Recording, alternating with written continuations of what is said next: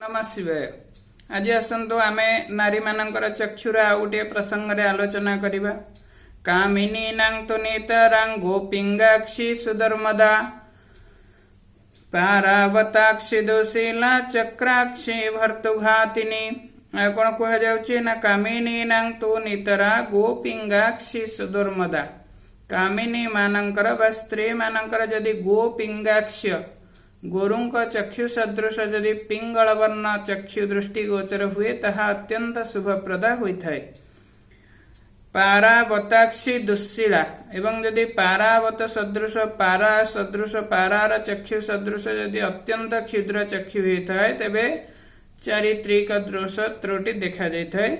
रक्ताक्षी भर्तुघातिनी एवं जो मानकर चक्षु रक्तवर्ण होइथाय सेमानंकर गोटे भयंकर जोग थाए। जातक रे गोटे भयंकर जोग थिले भर्तुघातिनी जोगता कुआ जाए। भर्तुघातिनी जोग थिले चक्षु गुड़ाकर वर्ण रक्तवर्ण हुए।